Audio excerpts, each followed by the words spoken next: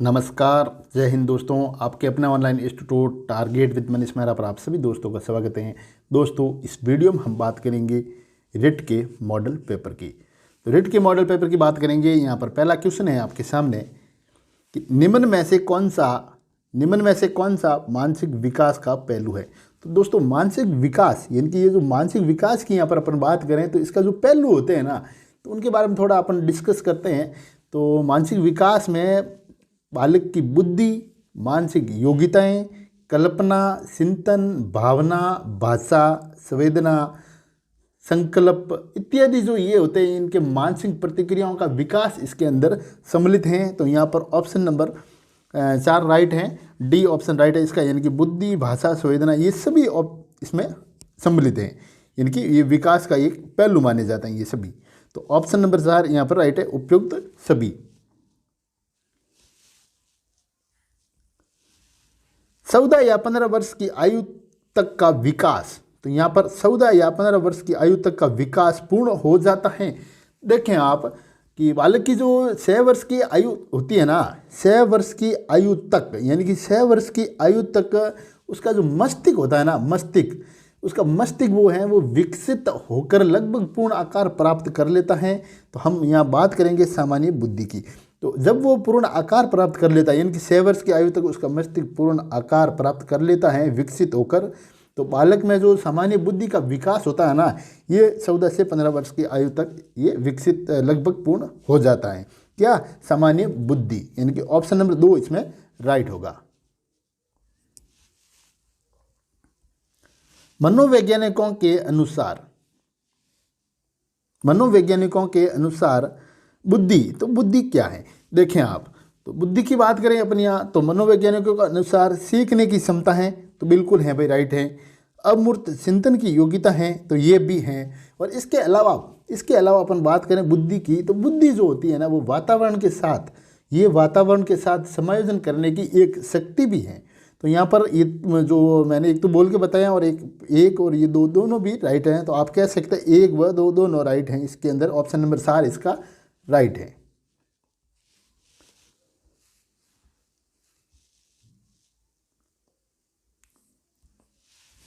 व्यवहार में होने वाले स्थायी परिवर्तन, यानी कि व्यवहार में होने वाले स्थायी परिवर्तन जो अभ्यास के कारण होते हैं, उसे क्या कहा जाता है? तो व्यवहार में जो होने वाले परिवर्तन होते हैं ना, वो स्थायी परिवर्तन जो उसमें किए जाते हैं, यानी कि निरंतर अभ्यास का परिणाम होता है, उसे कहा जाता है सीखना। क्या भाई? उसे सीखना कहा जाता है। ऑप्शन नंबर 1 इसमें राइट होगा। क्या कहा जाता है? सीखना। BF स्किनर ने अधिगम का कौन सा सिद्धांत दिया? तो BF स्किनर साहब ने अधिगम का जो सिद्धांत दिया था वो दिया था 1938 को। 1938 के अंदर इन्होंने सक्रिय अनुबंध सिद्धांत, क्रिया प्रस्तुत अधिगम सिद्धांत, कार्यात्मक प्रतिबद्धता का सिद्धांत, यानी कि ये तीनों भी इन्होंने दिए थे। 1938 की बात है, यानी कि उपयुक्त सभी इसके अंदर राइट हैं। नेक्स्ट क्वेश्चन है, सुल्तान नामक सिंपेजी पर प्रयोग करने वाले मनोवैज्ञानिक निम्न में से कौन है? तो बांडुरा, कोल्हण, पियाजे, स्किनर। तो इनमें से सुल्तान नाम के जो सिंपेजी थे उसके ऊपर जो प्रयोग करने वाले थे वो थे कोल्हण साहब। कौन थे भाई? कोल्हण साहब थे। ऑप्शन नंबर 2 यहाँ पर राइट है। और कोल्हण साहब ने बताया कि सूझ तथा अंतर्दृष्टि द्वारा अधिगम यहाँ पर संभव इन्होंने बताया है। नेक्स्ट क्वेश्चन है, शिक्षा मनोविज्ञान नामक पुस्तक के रचयिता थे, तो इनमें से कौन थे? तो शिक्षा मनोविज्ञान नामक पुस्तक के रचयिता थे, पहले बात करते हैं ये पुस्तक कब प्रकाशित हुई थी। तो ये पुस्तक दोस्तों 1913 के अंदर प्रकाशित हुई थी। और इस पुस्तक को प्रकाशित करने वाले थे ए एल थारनडाइक साहब ने 1913 के अंदर इस पुस्तक को, मतलब ये शिक्षा मनोविज्ञान में सीखने का एक नया सिद्धांत प्रतिपादित किया था इन्होंने। और इन्होंने जो जीवन काल की बात करें अपन इनकी थारनडाइक साहब की, तो इनका जीवन काल रहा है 1874 से 1949 तक।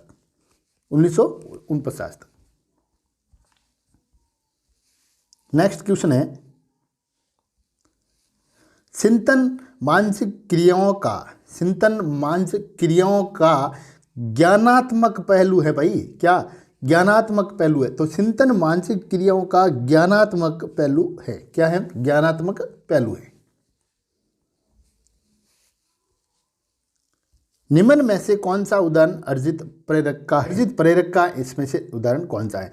जैसे अपन बात करें, एक तो होता है जन्मजात प्रेरक, एक होता है अर्जित प्रेरक। तो अर्जित प्रेरक की बात करें तो जैसे भूख, भूख यहाँ पर दे रखा है, तो भूख की बात करें तो भूख दोस्तों जन्मजात प्रेरक है। क्या है? भूख है, वो जन्मजात प्रेरक का उदाहरण है। पुरस्कार यहाँ पर बात करेंगे अर्जित प्रेरक का उदाहरण है, और रुचि भी अर्जित प्रेरक का उदाहरण है। और विश्राम, तो विश्राम की बात करें तो विश्राम जो होता है वो जन्मजात प्रेरक का उदाहरण है।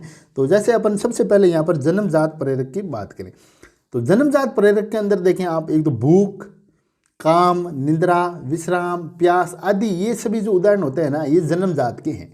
फिर बात करते हैं अपन अर्जित प्रेरक की। तो अर्जित प्रेरक के अंदर दो तो ये आपके सामने दे रखे हैं, पुरस्कार और रुचि। और इनके अलावा यहाँ पर बात करें जैसे आदत होती हैं, रुचि, आदत, पुरस्कार आदि, ये अर्जित प्रेरक के उदाहरण हैं। निम्नलिखित में कौन सा भूलने का सिद्धांत है? तो भूलने का जो सिद्धांत है वो इसमें से कौन सा है?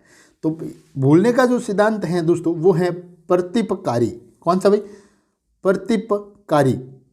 तो प्रतिपकारी यहाँ पर भूलने का सिद्धांत है। ऑप्शन नंबर 2 इसके अंदर राइट हो जाएगा।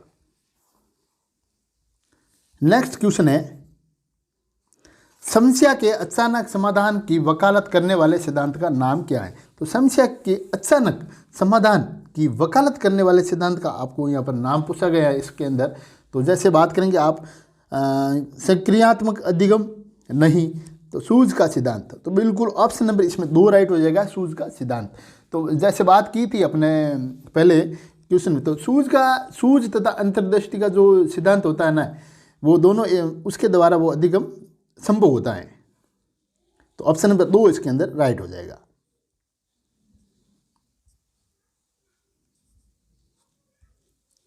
वॉल्यूम टैक्सोनॉमी की पदानुक्रमिक व्यवस्था है तो कौन सी है इसके अंदर? तो यहाँ बात करेंगे अपन जैसे उपलब्धि लक्ष्यों का, नहीं। पाठ्यचर्या संबंधी घोषणाओं का तो नहीं। पठन कौशल, ये भी नहीं। तो संख्यात्मक उद्देश्यों, क्या भाई? संख्यात्मक उद्देश्यों, यानी कि ऑप्शन नंबर 4 इसके अंदर राइट है। तो वॉल्यूम टैक्सोनॉमी होता है ना, ये संख्यात्मक उद्देश्यों की पदानुक्रमित व्यवस्था है। किसकी भाई? संख्यात्मक उद्देश्यों की। तो ऑप्शन नंबर 4 इसके अंदर राइट हो जाएगा। ऐसे कौन से सीखने के सही स्तर हैं? तो तथ्य की तो आप बात करेंगे ही करेंगे, क्योंकि सबके अंदर देखें आप तथ्य पहले दे रखा है। तथ्य ज्ञान प्राप्त करना, सूचना, बोध, प्रज्ञान, तो ये नहीं है। तथ्य सूचना, बोध, ज्ञान प्राप्त करना, प्रज्ञान, तो ये भी नहीं है। तथ्य सूचना, ज्ञान प्राप्त करना और प्रज्ञान, तो ऑप्शन नंबर 3 इनके अंदर राइट है। इस क्वेश्चन का जो सही आंसर होगा ऑप्शन नंबर 3 वो सही आंसर इसका बता रहा है इसके अंदर। तो तथ्य सूचना, ज्ञान प्राप्त करना, प्रज्ञान, ये हैं जो सीखने के सही स्तर होते हैं।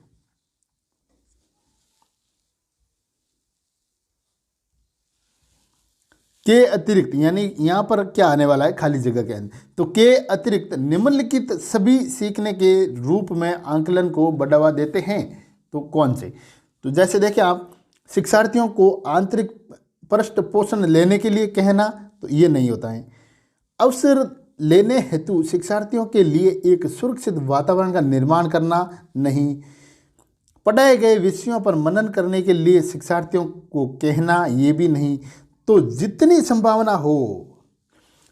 संभावना हो शिक्षार्थियों का लगातार परीक्षण लेना के अतिरिक्त निम्नलिखित सभी सीखने के रूप में आंकलन को बढ़ावा देते हैं, यानी कि ऑप्शन नंबर 4 इसके अंदर राइट हो जाएगा।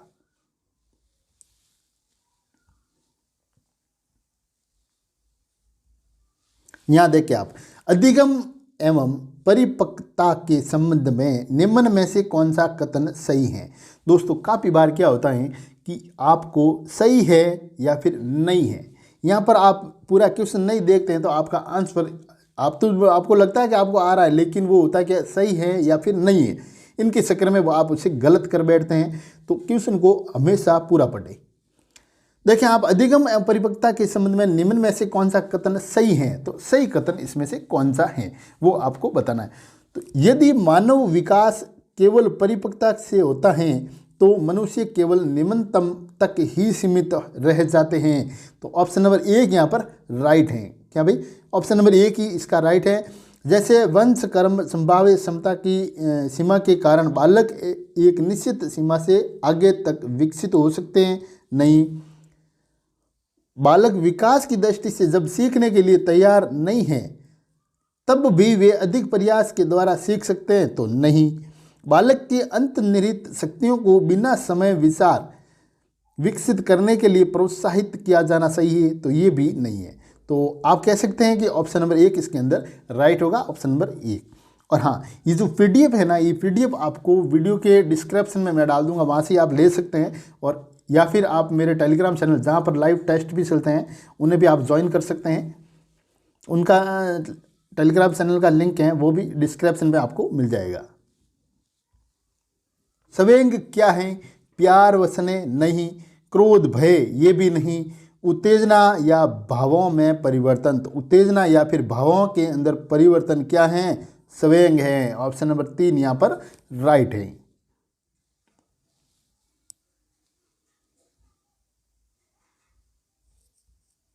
निम्न में से कौन सा कथन किसी व्यक्ति के मानसिक स्वास्थ्य को उत्तम रूप से प्रदर्शित करता है? यानी कि इसमें से वो कौन सा कथन है जो किसी व्यक्ति के मानसिक स्वास्थ्य को उत्तम रूप से प्रदर्शित करता है? तो यहाँ बात करेंगे दोस्तों अपन जैसे पूर्ण अभिव्यक्ति और सामान्य लक्ष्य की ओर निर्देशन। तो ऑप्शन नंबर 1 यहाँ पर राइट हो जाएगा, ऑप्शन नंबर 1। होता क्या है कि जब व्यक्ति अपनी बात को ठीक तरह से अभिव्यक्त करके दूसरों के साथ कार्य करने व बात करें अपन सामान्य लक्ष्य की ओर वो प्रवृत्त हो तो मानसिक स्वास्थ्य उसका उत्तम रूप है। तो ऑप्शन नंबर 1 यहाँ पर राइट माना जाएगा।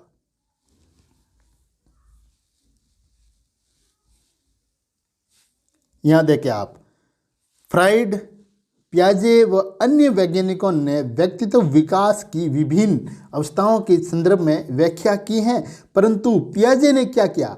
पर इन्होंने तो क्या, परंतु पियाजे ने कहा तो क्या कहा? तो परंतु पियाजे की बात यहाँ करें तो देखें आप, कहा कि विकास की अवस्थाएं वातावरण से निर्मित होती हैं, तो नहीं भाई। कहा कि शैशवा अवस्था के अनुभव ही अधिक प्रभावित करते हैं, बाकी अवस्थाओं के सीमित प्रभाव होते हैं, तो ये नहीं है। विभिन्न अवस्थाओं को समझने के लिए संज्ञात्मक बदलाव के बारे में कहा। किसने? पियाजे ने कहा है भाई। परंतु पियाजे ने क्या कहा? विभिन्न अवस्थाओं को समझने के लिए संख्यात्मक बदलाव के बारे में इन्होंने कहा। तो ऑप्शन नंबर 3 यहाँ पर इसका राइट हो जाएगा। नेक्स्ट क्वेश्चन है, वेस्लर ने बुद्धि के संदर्भ में निम्नलिखित में से किन योग्यताओं को सम्मिलित किया? तो वेस्लर साहब हैं, इन्होंने क्या किया कि इसमें से वो कौन सी वो हैं जो योग्यताओं को सम्मिलित किया? इनकी बुद्धि के संदर्भ की बात यहाँ पर चल रही है। तो बुद्धि के संदर्भ में उन्होंने क्या कहा कि वातावरण को प्रभावशाली ढंग से व्यवहार करने की योग्यता। तो बिल्कुल राइट है दोस्तों, ऑप्शन नंबर 1 इसका तर्कपूर्ण चिंतन करने की योग्यता। तो ऑप्शन नंबर 2 भी यहाँ पर राइट है। उद्देश्यपूर्वक कार्य करने की योग्यता। तो ऑप्शन नंबर 3 भी यहाँ राइट है। तो आप कह सकते हैं कि ऑप्शन नंबर 4 इसका राइट है, यानी कि उपयुक्त सभी इसके अंदर राइट माने। तो ये जो क्या है, वेस्लर ने बुद्धि के संदर्भ में, यानी कि बुद्धि के संदर्भ में कहा है। किसने कहा? तो वेस्लर ने। तो क्वेश्चन कैसे भी बन जाता है,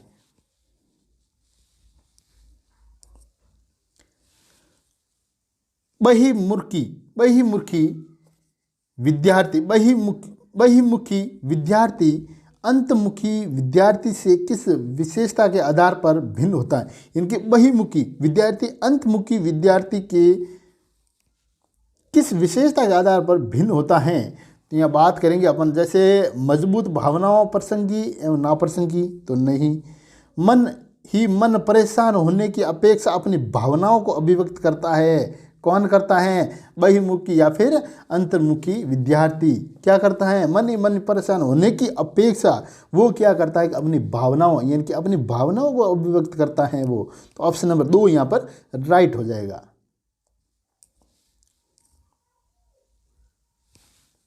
निम्न में से कौन सा कथन बुद्धि के बारे में सत्य नहीं है? मैंने क्या कहा आप देखेंगे, जैसे मान लो आपने देखें आप, तो निम्न में से कौन सा कथन बुद्धि के बारे में सत्य है, तो आपने तो है पढ़ लिया एकदम ऐसे अचानक, इनकी उतावलापन होता है ना जैसे, तो वो आप देखेंगे ये एक व्यक्ति की मानसिक क्षमता है, तो है ये बिल्कुल राइट है। ठीक है, आप यहाँ पर पूरा जरूर पढ़े क्वेश्चन को, है या नहीं है में फर्क दे के आप है या नहीं है में, तो यहाँ पर कहता है सत्य नहीं है, तो सत्य नहीं है वो देखना है। तो ये तो है, ये सामंजस्य अनुकूल स्थापित करने में सहायक हैं, तो हाँ बिल्कुल है भाई ये तो ऑप्शन नंबर 2 भी यहाँ राइट है ना। क्वेश्चन कहता है नहीं है, उसके बारे में बताना है। तो ये व्यवहार की गुणवत्ता से आंकी जाती हैं, तो बिल्कुल आंकी जाती हैं। ये स्थायी एवं परिवर्तनशील विशेषता है, तो भाई नहीं, ऐसा नहीं है ना।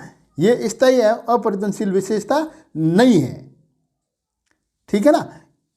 तो ऑप्शन नंबर 4 इसका जो राइट है, इनकी सत्य नहीं है, तो ये सत्य नहीं, ये स्थायी अपरिवर्तनशील विशेषता है, तो भाई नहीं है ये, है ना। तो ऑप्शन नंबर 4 इसका राइट हो जाएगा। क्वेश्चन को हमेशा पूरा पढ़े, थोड़ा टाइम भी वहाँ लगता है तो लगाओ, लेकिन क्वेश्चन पूरा पढ़े आप, उसके बाद आंसर करें।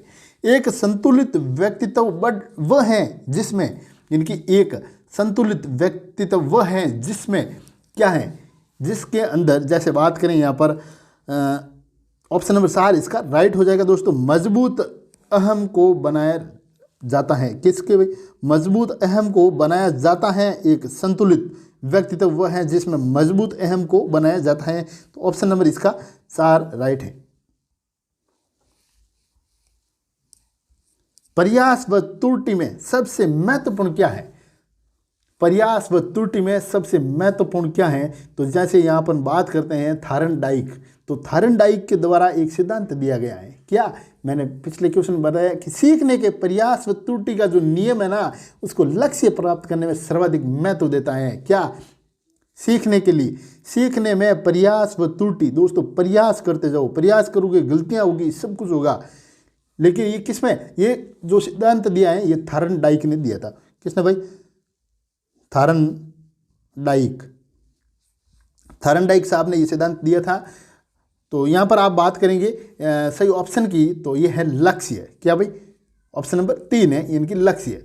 तो थार्नडाइक साहब ने कहा है प्रतिपादित सीखने के जो प्रयास और त्रुटि का जो नियम है, इनके लक्ष्य को प्राप्त करने में सर्वाधिक महत्व देता है। किसको भाई? लक्ष्य को प्राप्त करने में सर्वाधिक महत्व देता है। जैसे आपका लक्ष्य है, ये जो रिट का जो एग्ज़ाम होने वाला है अभी, आप ये मान के चलो कि आपके लाइफ का ये लास्ट एग्ज़ाम है, बस आपको अब इसके अलावा कोई दूसरा कंपटीशन एग्ज़ाम यानी कि इस लेवल का एग्ज़ाम आपको नहीं देना है। एक बार रिट का एग्ज़ाम ये पास कर लो, उसके बाद में आप चाहे भले ही RS की तैयारी करो, IS की तैयारी करो, UPSC करो, सब कुछ करो, लेकिन ये लक्ष्य बनाओ आप कि इस लक्ष्य को पहले आपको प्राप्त करना है। जो अभी आप जिस लक्ष्य के लिए आप लड़ रहे हैं, यानी कि कंपटीशन का दौर बहुत ज़्यादा है, तो आपको क्या है कि आपको थोड़ी मेहनत भी करनी पड़ेगी। यहाँ पर लेते हैं आगे क्वेश्चन। निम्न में से कौन सा कथन अभिप्रेरणा एक प्रक्रिया के संदर्भ में उपयुक्त नहीं है? ध्यान रखें, नहीं है। क्या भाई? निम्न में से कौन सा कथन अभिप्रेरणा के एक प्रक्रिया के संदर्भ में नहीं है, उपयुक्त नहीं है, संदर्भ में उपयुक्त नहीं है, वो यहाँ पर बताना है आपको। जैसे ये व्यक्ति को लक्ष्य की ओर ले जाता है, बिल्कुल आप मेहनत करो, आपको लक्ष्य की ओर ले जाएगा, सफलता मिलेगी, आपको सब होगा। ये व्यक्ति की शारीरिक आवश्यकताओं की संतुष्टि करता है, तो ये भी है। मनोवैज्ञानिक आकांक्षा को प्राप्त करने में सहायक प्राप्त करता है, तो ये भी है। यहाँ कहता है उपयुक्त नहीं है, प्रक्रिया के संदर्भ में उपयुक्त नहीं है उसके बारे में, तो ये तीनों तो दोस्तों राइट है। फिर बात करें, ये व्यक्ति को अप्रिय स्थिति से दूर रखता है, तो भाई ऐसा नहीं है, तो ऑप्शन नंबर 4 इसके अंदर राइट हो जाएगा। क्या इस क्वेश्चन का जो नहीं है ना, उपयुक्त नहीं है, वो है ये व्यक्ति को अप्रिय स्थिति से दूर रखता है। तो ऑप्शन नंबर 4 यहाँ पर राइट होगा। जैसे देखें आप, वह विचारात्मक प्रक्रिया जिसमें नूतन वास्तविक तथा उपयोगी अवधारणाओं का प्रस्तुतिकरण निहित हैं कही जाती हैं। तो क्या कही जाती हैं? रचनात्मक। क्या भाई? ऑप्शन नंबर 1 यहां पर राइट है, रचनात्मक कही जाती है।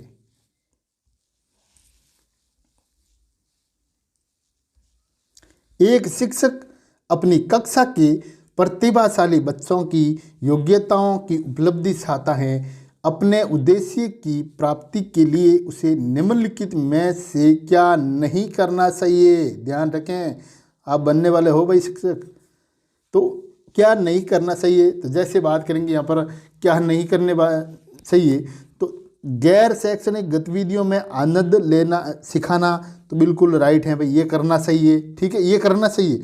तनाव को नियंत्रित करना सिखाना, ये भी करना चाहिए।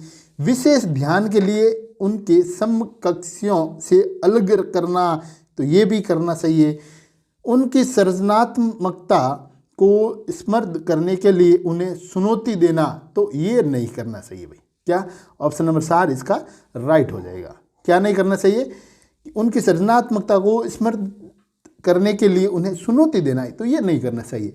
होता क्या है कि जो आधुनिक जो परीक्षा में अपन बात करें कि प्रतिभाशाली जो बालक होता है ना, उनकी योग्यताओं की जो पूर्ण उपलब्धियां जो प्राप्त करने के लिए शिक्षक को ऐसे छात्रों को चुनौतीपूर्ण सृजनात्मक अवसरों का सर्जन नहीं करना चाहिए भाई, ध्यान रखें।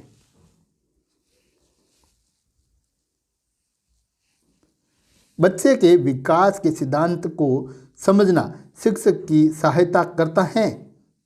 बच्चे के विकास के सिद्धांत को समझना शिक्षक की सहायता करते हैं। तो शिक्षक की सहायता करते हैं, जैसे बात करें यहाँ शिक्षार्थी के सामाजिक स्तर को पहचानने में, शिक्षार्थी की आर्थिक पृष्ठभूमि को पहचानने में, शिक्षार्थी को क्या पढ़ाना चाहिए ये औचित्य स्थापित करने में, शिक्षार्थी को भिन्न अधिगम शैलियों को प्रभावी रूप में संबोधित करने में। तो ऑप्शन नंबर यहाँ पर 4 इसका राइट होगा। कितना भाई? ऑप्शन नंबर डी इसका राइट है, इनकी ऑप्शन नंबर 4 राइट है। 4 वर्ष हैं तो उस बच्चे की बुद्धि लब्धि होगी, तो उस बच्चे की जो बुद्धि लब्धि होगी क्या होगी? जब बुद्धि लब्धि यहाँ पर निकालनी है, तो ये तो मान लो बुद्धि लब्धि है, फिर यहाँ पर आप बट्टे में करेंगे, देखें आप, तो ऊपर करेंगे आप मानसिक आयु, तो मानसिक आयु कितनी है? तो 5 वर्ष। फिर बट्टे में करेंगे निश्चय, तो निश्चय यानी कि वास्तविक आयु, तो वास्तविक आयु आपको यहाँ लिखनी है, तो ये कितनी वास्तविक आयु होगी? इसकी 4 साल। तो फिर आप करेंगे इंटू में 100 करेंगे तो ये 100 कट जाएगा। जैसे ये कटेगा, देखिए आप 2500 के 100, तो 25 बार कटेगा, 25 × 5, तो 25 × 5 यानी कि 125। तो ऑप्शन नंबर 1 यहाँ पर राइट हो जाएगा। निम्नलिखित में से कौन सा तत्व कक्षा में अधिगम हेतु सहायक हो सकता है? तो अधिगम हेतु सहायक हो सकता है, तो वो कौन सा तत्व है? सहायक हो सकता है ना। तो बच्चों को अधिगम हेतु प्रेरित करने के लिए परीक्षकों की संख्या को बढ़ावा देना, तो नहीं। अध्यापकों द्वारा बच्चों की स्वायत्तता को बढ़ावा व सहायता देना, ऑप्शन नंबर 2 यहाँ पर राइट है। दोस्तों, चैनल पर पहली बार विजिट किया है आपने तो प्लीज़ चैनल को सब्सक्राइब जरूर कीजिएगा, और हाँ, वीडियो पूरा देखने के बाद आपको अच्छा लगता है तो लाइक और शेयर करना ना भूलें। नेक्स्ट क्वेश्चन है,